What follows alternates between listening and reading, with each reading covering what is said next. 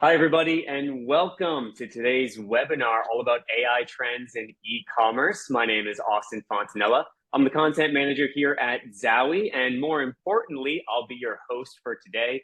Before we introduce the people you actually came here to listen to, two bits of housekeeping. Number one, we're going to be doing a couple of polls today, so please be sure to keep an eye out for those and respond. We'd love to hear from you. And speaking of that, the chat is always open. So questions, comments, concerns, put them in the chat. We will do a Q&A at the very end of all of this. And so introduce yourself, say hi, and ask questions for our panelists. Speaking of our panelists, the two people joining me today are Shehzad Khan, founder and CPO at Black Crow AI, as well as Maja Schaefer, our CEO and co-founder at Zowie. Shehzad, to kick things off, can you introduce yourself for everyone, please? Sure. Thanks, Austin. Hi, everybody. Excited to spend some time with you all today and talk about the fun world of AI and e-commerce. As Austin mentioned, I lead the product and technology teams here at Black Crow AI. We are a kind of machine learning as a service platform for Shopify stores with a whole host of solutions where we utilize the power of machine learning to improve your email, paid acquisition, and website experience. Amazing. And Maja, same question to you.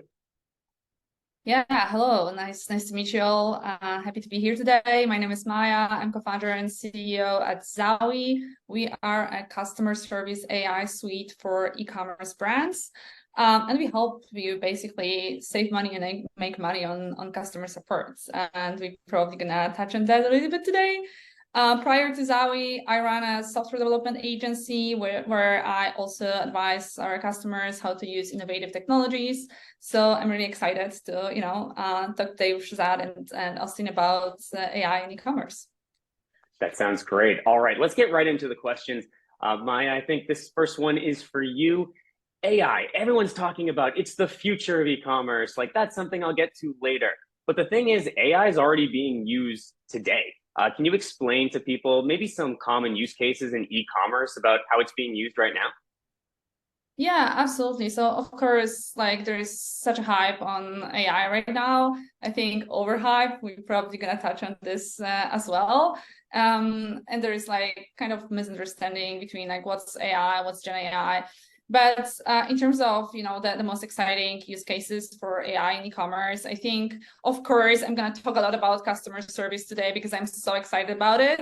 But I honestly think that this year is like year of customer service and AI in customer service. But in terms of guys, like really turning customer support into revenue machine. So everything that helps agents sell, have better information about customers. Everything that can, deflect the number of tickets that you have, so you can focus on the most important thing, which is your customers.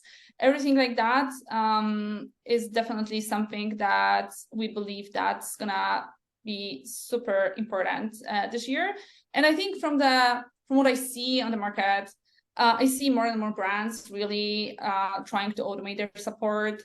And it's like easier than you think.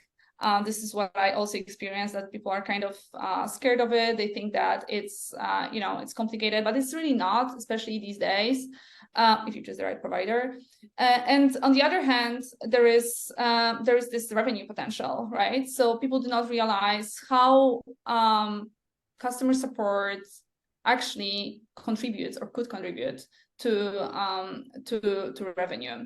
So everything that AI can help here, like personalization, but smart personalization, like of course customer service automation, of course analyzing big set of data that can help you drive better business decisions. All of this is going to be a big thing this year.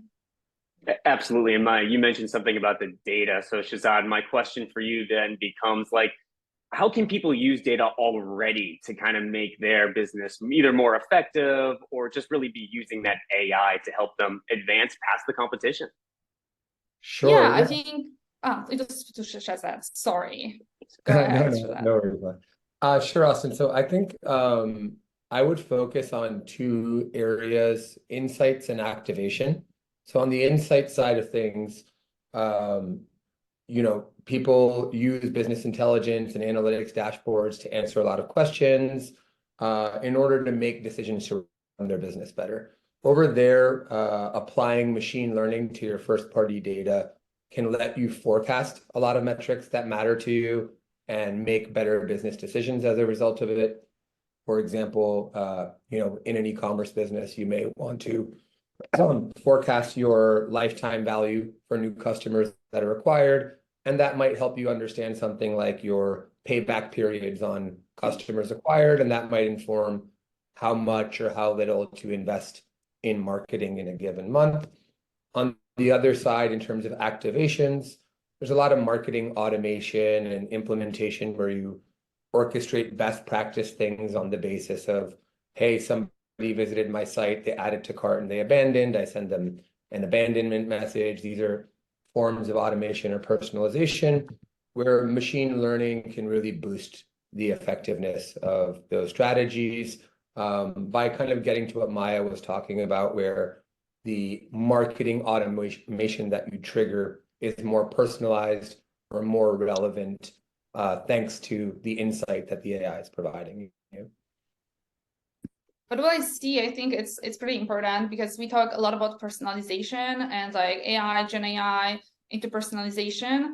And the problem is that personalization is like kind of the first thing that people think of when they think about AI, how to use it in their e-commerce. But what we really have to focus on is whether this personalization makes any sense, right? Whether it really drives like any business value, whether it makes sense for your customer to not be like, just personalize whatever, tell me what color do I like, if it like doesn't drive any value at this very moment, and just could scare people that so much about them, which is not relevant to whatever their buying experience. So I think it's important to realize what actually you want to achieve. Not only just use the cool technology for the sake of using cool tech. Well, and Maja, kind of going on that, what are some quick wins then maybe people can use? Like, how should they be using AI today to get those interactions and to improve things?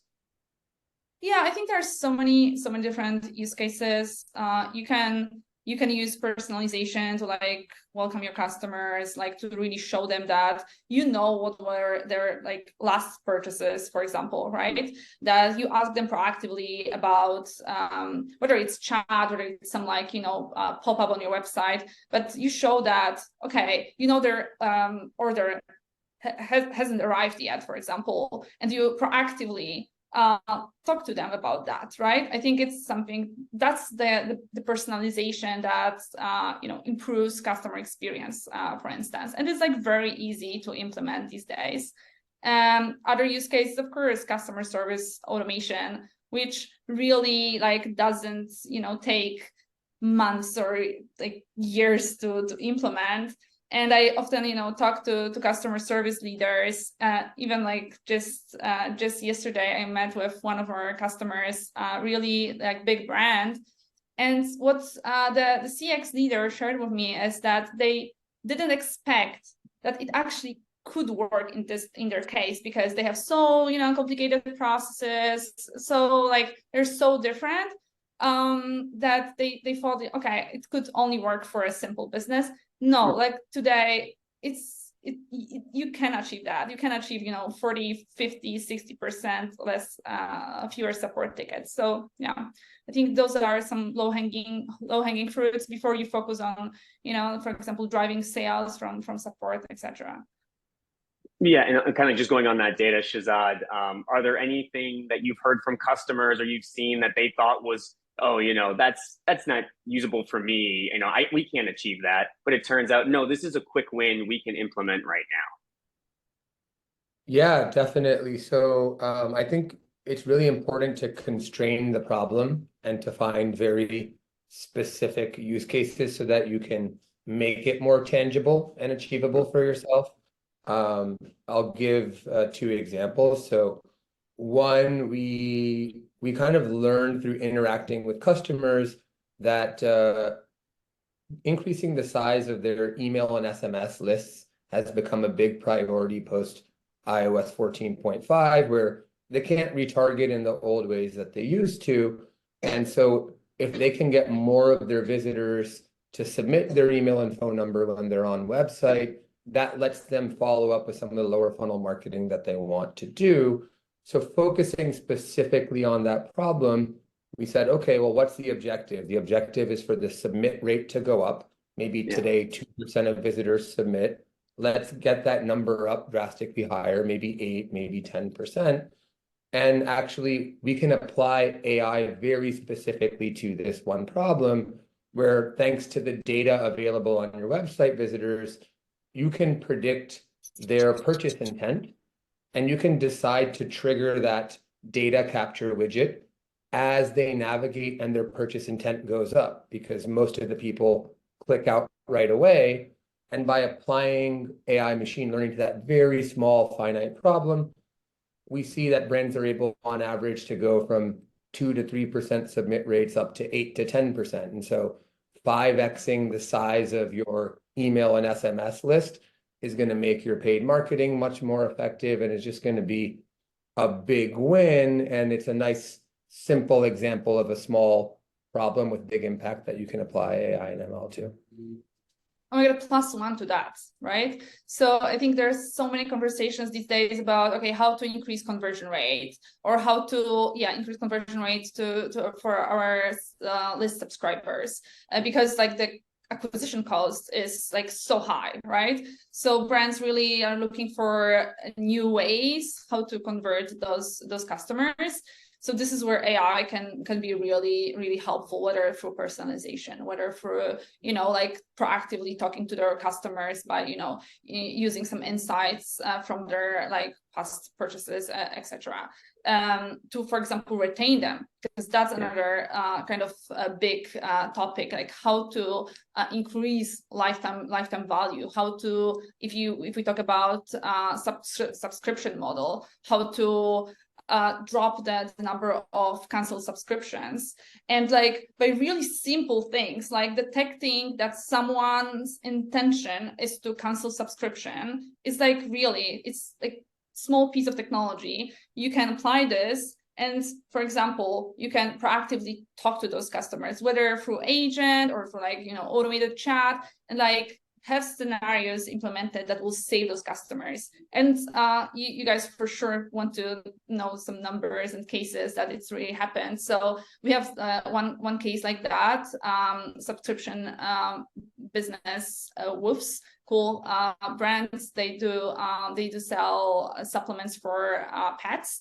They dropped their cancel subscription by 10% with this kind of simple trick, right? So yeah, AI is like very accessible these days, and you can achieve amazing things in like basically days. Yeah, and I think this goes to speak like how many different ways you can use AI. And when people hear it, I think a lot of concern almost that it isn't that it's not going to work, it's that it's going to replace people, really. And I think my question then becomes to you, Maja, is if AI can help us be more productive, it can help us lower subscription cancellations, why not? Don't we just replace everything with AI? Why not we just make AI the one-stop shop for all that we're doing here? Yeah, I think that for sure AI will remove some jobs from the market. That's like for sure, right? That doesn't make any sense for a human to, let's say, reply 400 times a day about order status, right? So, but I don't think that it's going to replace fully. We still have more complicated cases. We still want to provide this kind of white glove experience for, let's say, VIP customers, right? Or where we detect the buying intent and we want to convert, high intent customers. So it's not gonna, for example, remove the work of, customer service agent, but it will definitely change this kind of job spec, I would say, to be more like, dedicated to those customers, to be more knowledgeable in terms of products you have. So this is what I really see. And, there's this like cliche saying that's like, in the internet that, yeah, like AI won't replace you, but we will replace people that don't know how to use AI. And I think that's the big thing. So today, what employees need to kind of understand is that they need to know how to apply AI in their daily work, because that's what's really gonna be needed. They need to know how to use AI tools, how to, you know, improve their work with AI. We, like, I think most of us, probably 90% or so, use some kind of version of ChatGPT on a daily basis to like speed up what we are writing, to like, you know, speed up like whatever correction of what we do. But by the way, like, it's very visible who writes their LinkedIn posts with ChatGPT. So I think that's the case, right? Like, we don't want to go too far, because it's becoming like, okay, this is written by ChatGPT. It's like, I'm not going to read that because it's machine generated. Yeah, so I think to finally answer your question, I think it won't replace like people in general, but it will change the way how we work.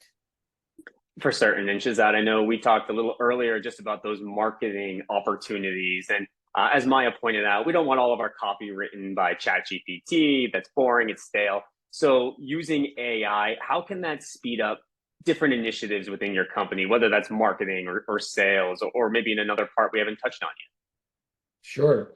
Yeah, I think, Austin, you're right to talk about it in terms of the context of speeding up certain tasks. And I think it comes down to, again, identifying and focusing on specific aspects of your work where it can help out, and using it to augment your effectiveness versus replace you entirely. So let's take the example of ad copy, right? We've all seen things like Dolly and Stable Diffusion, where now we can generate images much more easily.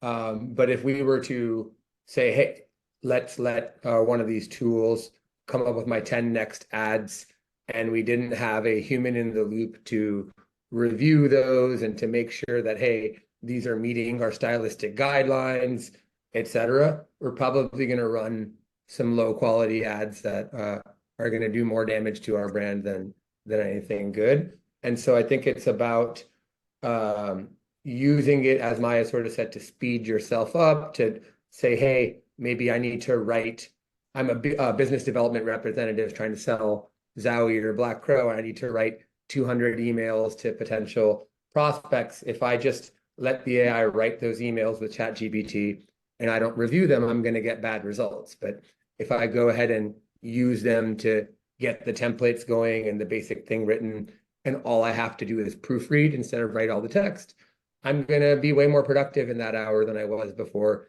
and I'll probably get a better outcome than I otherwise did. So use it to kind of enhance you versus replace you.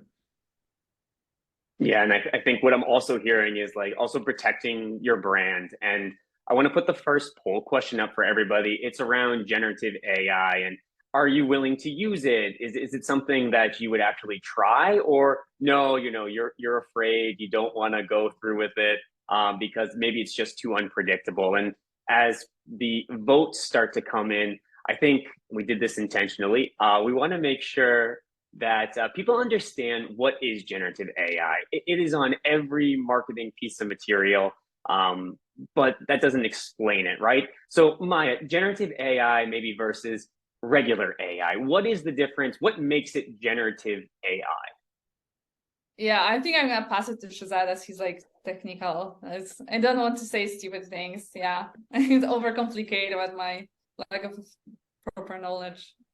No worries. Sure, Maya. So I think typically what people refer to when they use the term generative AI is when you're using these kind of large language models to get an AI to generate some sort of response.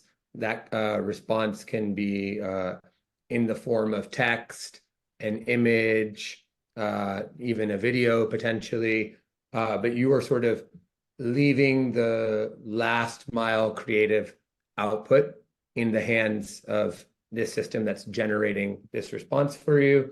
Whereas I think prior to the advent of ChatGPT, when people said AI, they meant more along the lines of like your traditional machine learning use cases and maybe more constrained places where you would have a defined algorithm and you might have like a finite output from a machine learning or AI system, but you would then already define what you would do as a result of it. So to make that more tangible, let's say that I'm using a machine learning model to predict the purchase intent of my website visitor. And I have then said, if the intent is high, give them a coupon that says, when you spend $200, you get 20% off. If the intent is low, give them a coupon for 20% off, even regardless of whatever they spend, right? And so there, I'm using AI, but it's being used in like a very constructed way where I'm defining the outcomes, and it's just a piece of the equation.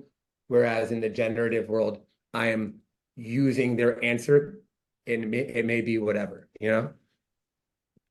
Yeah, that gives a lot of maybe makes people nervous. And looking at some of the poll results, I'm seeing people like generative AI and they seem open to it right now. I think that's like, maybe we thought about it, it's sticking. Both Maja and you, Shehzad, you mentioned this idea that AI and generative AI can help advance sales and get people excited. You both talked about this buying intent. So Maja, how can we use maybe AI or a mix of AI and generative AI to really help businesses grow their revenue right now?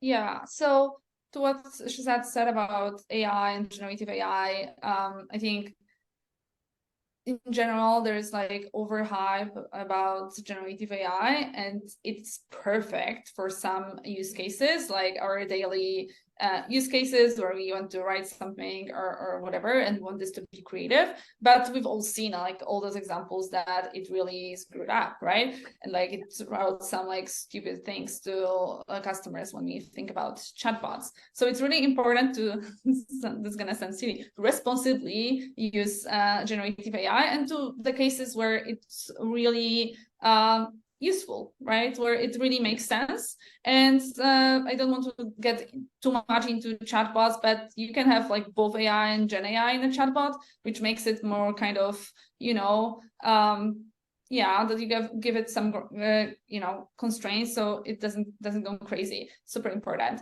But in terms of generating sales and improving your conversion rates and all this stuff, lifetime value, we talk about it already. So buying intent and then some kind of action that turns into more like maybe bigger purchase, or maybe renewing your subscription and stuff like that.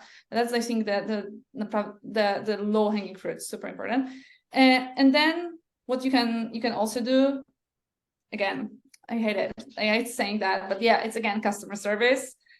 So what people don't really realize that when you answer your customers faster, meaning they don't wait hours for a reply, but you come back to them in like seconds, which is possible when you automate most of your queries, they are more likely to click buy, because you solved whatever stopped them from buying, right? They are right now in this buying intent mode, right? They are looking for an answer that kind of stops them from buying, whether it's my return policy or like whatever, do you ship to the whatever Germany?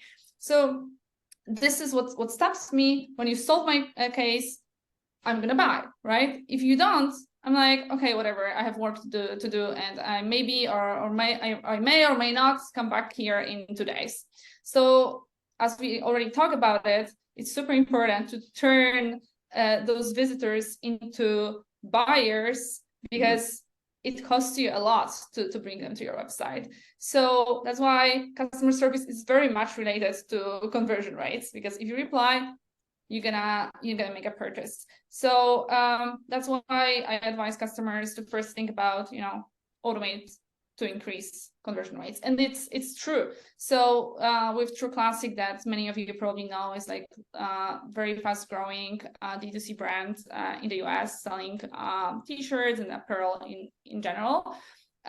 They cut costs by 40% on their support, but what's really important, they increased the revenue by 3 million. This is the revenue purely from customer support. So this is what you can really achieve by only like replying to your customers on time and like using the save time for agents to, you know, talk to your customers and like help them choose the right product. So yeah, it does work. Yeah, clearing all those issues at checkout, you know, they're not issues anymore, they're resolutions, and now you have a chance to bring that sale home. Moving along to our next topic, just for mindful of time, is AI. We talked about that ability to really analyze that first party data, to use it to make decisions, so you're not just guessing. So Shehzad, when you're looking at this data, what should you be looking for so you don't maybe get overwhelmed, and this way you can actually make decisions that are going to help your brand? Yeah, sure. So again, I think, you know, when you look at your data, you're going to want to look at it through the lens of specific objectives, because normally when you're utilizing machine learning or AI, it's all probability modeling, and it all comes down to predicting some event. And so starting with the problem and the event that you want to forecast or that you want to predict or understand better is kind of a guidepost for how to look at your data, right? So, you know, we've talked about lifetime value. It's a common thing. People will try to look at their customer database and understand who are their loyal customers, what are the attributes that are making some people buy 10 times in 1 year while other people buy once and then cancel their subscription, et cetera. And so there you're asking specific questions that kind of enable you to focus on a particular outcome inside of the data. And so once you do something like that, I'll give you guys an example. We have developed on our side, we'll predict the expected 6-month revenue of every new customer when they become a customer. And then what you can do with something like that is you can push it back to your Meta advertising system, and Meta can change their algorithm to optimize to 6-month expected revenue instead of first purchase revenue, right?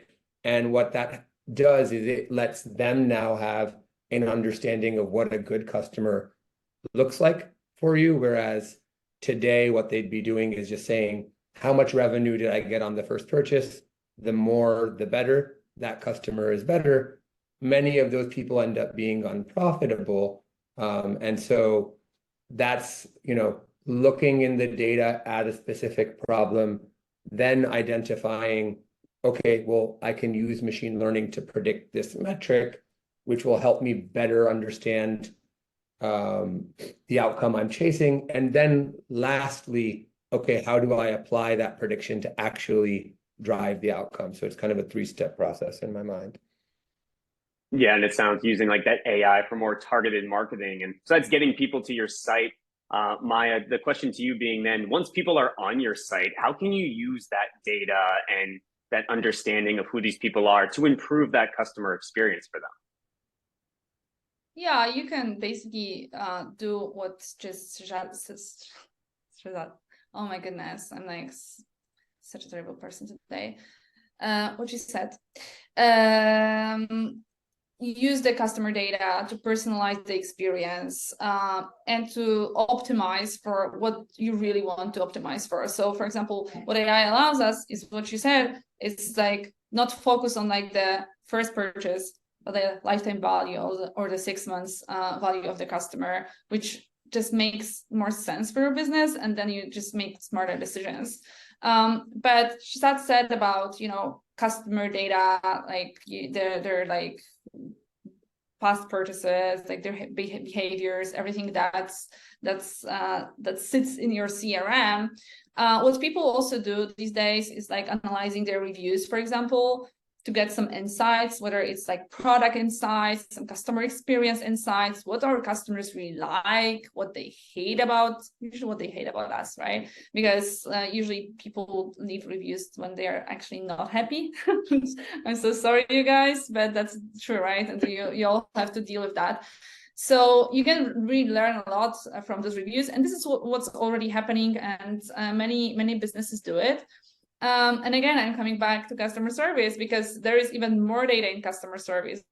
It's good and bad. I mean, like good reviews and bad reviews, and you can learn so much from the questions your customers are asking, from like what are their challenges when like whatever during the customer journey, from what they say when they make a complaint.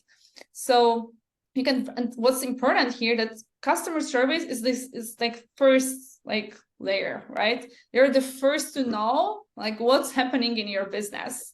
So that's like so important, more important than analyzing reviews actually, because that's already posts, right? Meaning like, okay, it already happened. Someone left the bad review, but you can learn a lot from customer conversations about your products, about your customer journey, about like whatever, something fails with your shipment, something fails with your packaging. There's so many different things that we uncover when analyzing customer conversations. So I strongly recommend that. And this is what actually GenAI unlocks for us. This is what's now possible, what's possible in 2024. So that's another kind of low-hanging fruit, because we all have this history of conversations, same with reviews. So just analyze that and learn about your business if you are ready for that, because that's could be painful.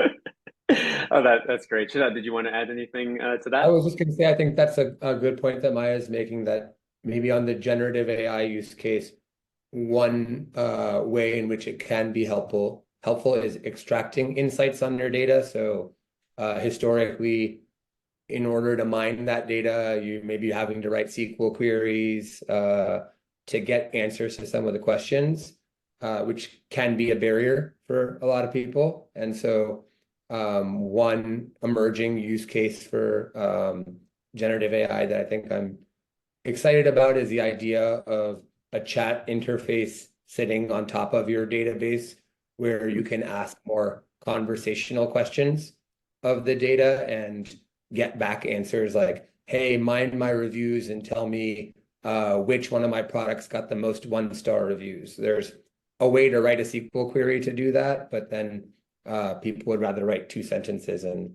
get back the answer, right? So yeah, using AI to use AI, right? Like getting those insights it captured. Exactly. Being mindful of everyone's time, I have one last question, I guess, for the both of you. Again, the idea being that AI, it seems to be everywhere. And let's say both of you, you're no longer the founders, the C-level executives of Black Crow or Zowie. You're starting, I'll say, a traditional e-commerce business. There's been a lot of different, let's say, low-hanging fruit, low wins. What's one that you would make sure, whether we mentioned it or not, that you would have for your business going forward this year that you'd want to make sure is implemented? I'll go back to you first, Shehzad. Sure. So, spending time with a lot of e-commerce businesses, this is completely unrelated to Black Crow. I think you see that they have to spend a lot of money on content, on brand assets, in this world of social media marketing, of having tons and tons of engaging content to get awareness for your brand.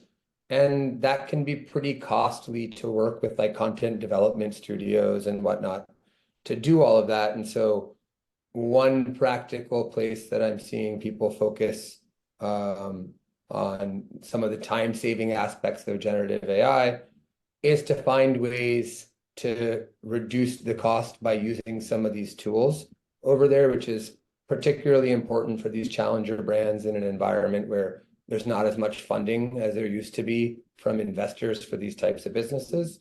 And so that's definitely one like operational tactical area that I'd encourage brands to lean into, is ways that they can kind of reduce the cost of content development utilizing some of the new AI tools. Awesome. Thank you, Shehzad. And Maja, same to you. Yeah, I think not only like even written content, but also like images, right? That's like how much time and resources you guys spend on, you know, photo sessions for your products, all this stuff, and then like people who are like fixing this imagery. So it's definitely can be improved very, very quickly with today's technology. Another thing I think is kind of multilingual, whether it's content, whether it's support. Today it's like really easy to make your business international, at least in terms of, you know, go to market and messaging and everything. Another thing is to stand out, especially if you are not D2C but e-commerce, and you sell some other products not produced by you. I think you know, adjusting content to your brand voice to sound like better than your competitors, to sound like different, to really differentiate yourself. You for sure have some brand voice. Today, it's really possible to adjust content automatically thanks to GenAI, and I think that's another low-hanging fruit. And of course, if I were you, I would just automate customer support. Of course, goes without saying. Of course, yeah. Well, guys, thank you so much. Our last poll question for today, just really, I know we touched on so many different topics. We'd love to know kind of which one you're most interested in. If it's not something in our poll, put it in the chat, and we'll also do it there as well. I just wanted to thank both you, Maja, Shehzad. Thank you guys so much for your time today. It was great, and I think we all learned some amazing things to think about as we go forward. Thank you so much. And last note before we close, anyone who is here, you're going to get a recording of this. So you'll be able to go back, watch, share, learn about all of these trends. So just a really exciting event. And I'll cheat a little bit telling you what the answers are. Productivity, that's a big part for everybody. And I think we shared a lot of ways we can make this more productive right now for people to start even today. So awesome. Thank you. All right. Thank you, everyone. Thank you all. We'll see you next time. Thanks, Austin. Thanks, Maja. Thanks, everyone.